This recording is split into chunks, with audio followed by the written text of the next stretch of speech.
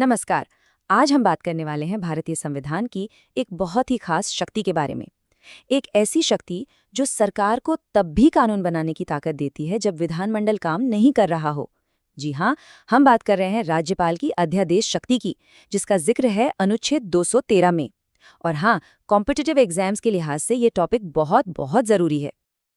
तो देखिए, आज हम क्या क्या समझेंगे।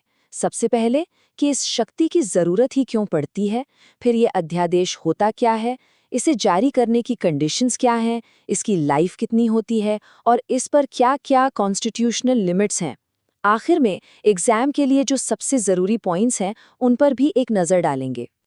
तो चलिए सबसे पहले उस कोर प्रॉब्लम को समझते हैं जिसकी वजह से आर्टिकल 213 को संविधान में जगह मिली। सोचिए जरा, स्टेट लेजिस्लेचर का सेशन नहीं चल रहा है और अचानक कोई इमरजेंसी आ जाए जिसके लिए तुरंत एक कानून चाहिए, तब क्या होगा? कानून बनेगा कैसे? बस इसी सवाल का जवाब है संविधान का एक बहुत ही स्पेशल टूल, अध्यादेश यानी ऑर्डिनेंस। ये ऐसी ही अर्जेंट सिचुएशन से निपटने के लिए बनाया गया एक पावरफुल प्रोविजन है।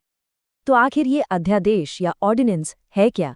देखिए, बिल्कुल आसान भाषा में कहें तो ये एक टेम्पररी कानून है जिसे गवर्नर काउंसिल ऑफ मिनिस्टर्स की सलाह पर जारी करते हैं। लेकिन टेम्पररी होने के बावजूद इसकी पावर और इसका इफेक्ट बिल्कुल उतना ही होता है जितना लेजिस्लेचर के बनाए किसी परमानेंट कानून का। तो इसका मतलब क्या?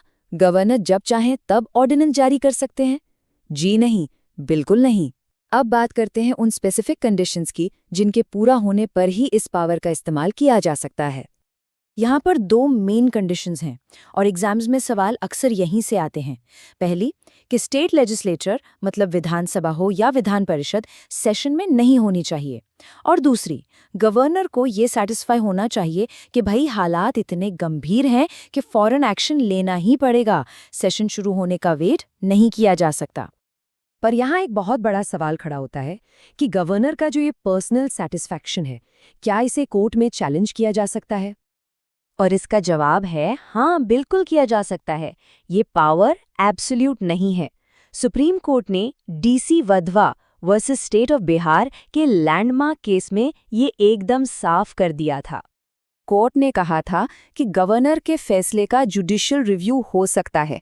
मतलब अगर ये लगे कि फैसला किसी गलत इरादे, जिसे मालाफाइड इंटेंट कहते हैं, उससे लिया गया है, तो कोर्ट उसे कैंसिल भी कर सकती है।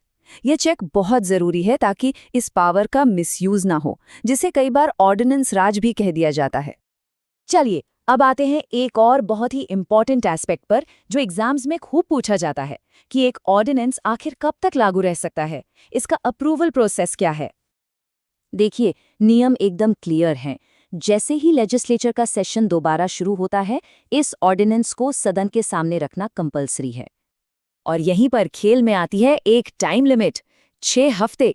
लेजिस्लेचर के सेशन में वापस आने के बाद इसे मंजूरी देने के लिए उनके पास सिर्फ 6 हफ्तों का वक्त होता है। अगर वो इसे डिसअप्रूव कर दें या मान लीजिए कोई एक्शन ही ना लें, तो ये अपने आप खत्म हो जाएगा। तो फिर एक ऑर्डिनेंस की मैक्सिमम लाइफ कितनी हो सकती है? इसको कैलकुलेट करने का तरीका भी बड़ा इंटरेस्टिंग है। देखिए, संविधान कहता है कि लेजिस्लेचर के 2 सेशंस के बीच 6 महीने से ज्यादा का गैप नहीं हो सकता, और सेशन शुरू होने के बाद अप्रूवल के लिए मिलते हैं 6 हफ्ते। तो इन दोनों को मिला दीजिए, एक ऑर्डिनेंस की टोटल मैक्सिमम लाइफ होती है 6 महीने और 6 हफ्ते। ये वो फैक्ट है जिसे एग्जाम्स में बार बार पूछा जाता है, इसे याद रखना है। तो ये एक एक्स्ट्राऑर्डिनरी पावर तो है, पर अनकंट्रोल्ड नहीं है।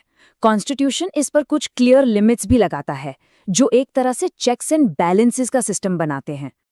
पहली लिमिट तो ये है कि गवर्नर सिर्फ उन्हीं सब्जेक्ट्स पर ऑर्डिनेंस ला सकते हैं जिन पर स्टेट लेजिस्लेचर को कानून बनाने का अधिकार है, मतलब स्टेट लिस्ट और कॉन्करेंट लिस्ट के सब्जेक्ट्स पर। और इतना ही नहीं, कुछ खास सिचुएशंस में तो गवर्नर को ऑर्डिनेंस जारी करने से पहले प्रेसिडेंट से इंस्ट्रक्शंस भी लेनी पड़ती है। ये वो मामले होते हैं जहां स्टेट का कानून नेशनल इंपॉर्टेंस के सब्जेक्ट्स को इफेक्ट कर सकता है। तो ये एक तरह से केंद्र सरकार का एक जरूरी चेक है। चलिए, तो अब तक जो भी हमने समझा है उसे फटाफट एग्जाम के पॉइंट ऑफ व्यू से रिवाइज कर लेते हैं। तो ये है इस पूरे टॉपिक का निचोड़। आर्टिकल 213, ये पावर गवर्नर के पास है। मेन कंडीशंस हैं लेजिस्लेचर सेशन में न हो और अर्जेंट ज़रूरत हो।